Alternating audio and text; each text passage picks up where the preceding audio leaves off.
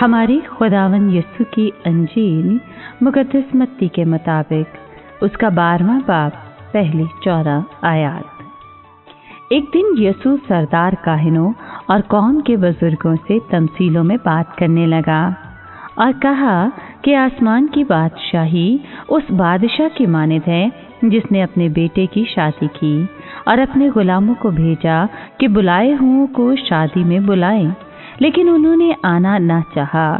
फिर उसने और गुलामों को ये कहकर भेजा कि बुलाए हुओं से कहो कि देखो, मैंने ज़ियाफ़त तैयार कर ली है, मेरे मोटे मोटे बैल और जानवर ज़िबा हो चुके हैं और सब कुछ तैयार है, शादी में आओ।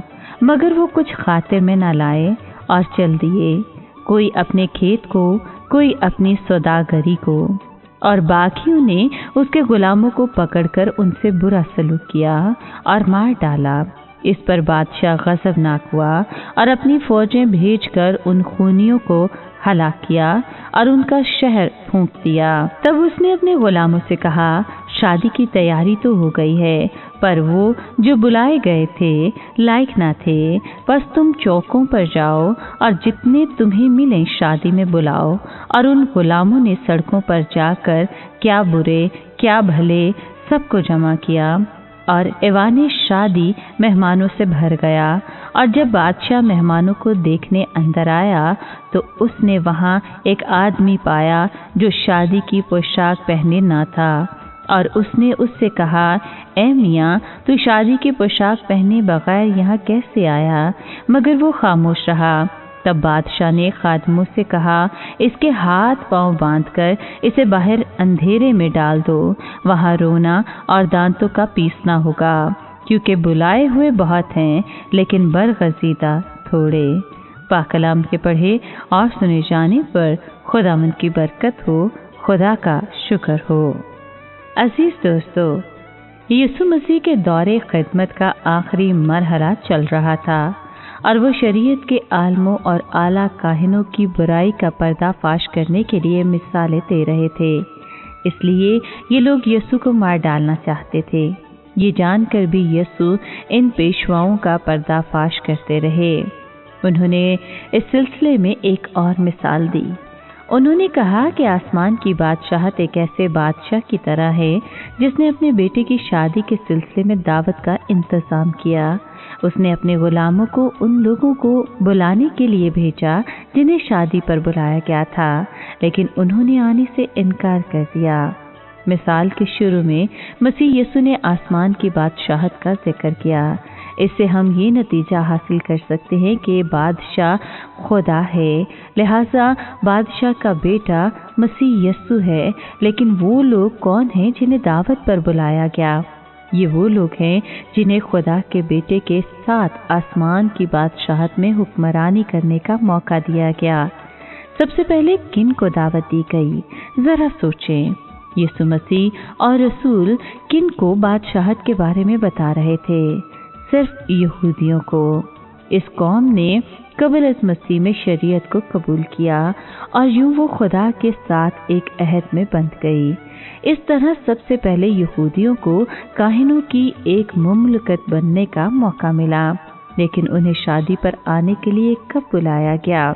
उन्हें शादी पर तब बुलाया गया जब मसीह यीशु आसमान की बादशाहत की मुनादी करने लगे। मगर ज्यादातर यहूदियों ने क्या किया? यीशु मसीह ने कहा, उन्होंने आने से इनकार कर दिया। ज्यादातर मजहबी रहनुमाओं और बाकी यहूदियों ने यीशु को मसीह और खुदा के मुकर्ररा बादशाह के तौर पर कबूल नहीं किया। अलबत्ता यीशु ने मिसाल में जाहिर किया कि यहूदियों को शादी पर आने का एक और मौका दिया जाना था। उन्होंने कहा कि फिर बादशाह ने कुछ और गुलामों को भेजा और उनसे कहा, जिन लोगों को दावत दी गई है उनसे कहो, देखें, मैंने बैल और मोटे ताज़े जानवर ज़िबा कराकर खाना पकवाया है, सब कुछ तैयार है, दावत पर आ जाएं। लेकिन उन लोगों ने गुलामों की बात पर कोई ध्यान नहीं दिया।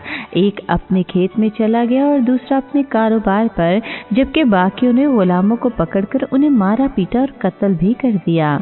मसीही कलीसिया के कायम होने के बाद बिल्कुल ऐसा ही हुआ। उस वक्त यहूदियों को बादशाहत हासिल करने का एक और मौका दिया जा रहा था। मगर उन्होंने इस बार भी आने से इनकार किया।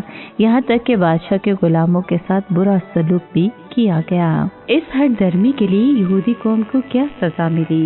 यीशु मसीह ने कहा कि इस पर बादशाह को बहुत गुस्सा आया और उसने अपनी फौजें भेजकर उन कातिलों को हलाक कर दिया और उनका शहर जला दिया। यहूदियों ने तो आने से इनकार कर दिया, लेकिन क्या इसका मतलब था कि इसके बाद किसी और को दावत नहीं दी गई? यीशु मसीह ने मिसाल में इसका भी ये जवाब दिया कि फिर बादशाह ने अपने गुलामों से कहा कि शादी का खाना तैयार है, लेकिन जिन लोगों को बुलाया गया था वो आने के लायक नहीं थे। इसलिए शहर से बाहर जाने वाली सड़कों पर जाओ और जो कोई भी मिले उसे शादी पर आने की दावत दो।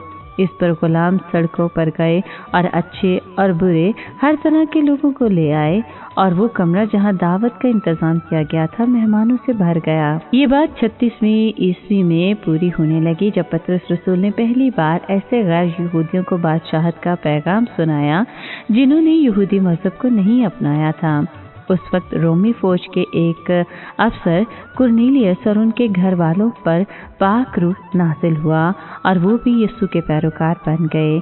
यूं उन्हें आसमान की बादशाहत में शामिल होने का मौका मिला। फिर यीशु मसीह ने बताया कि बादशाह शादी पर आने वाले हर मेहमान को कबूल नहीं करेगा।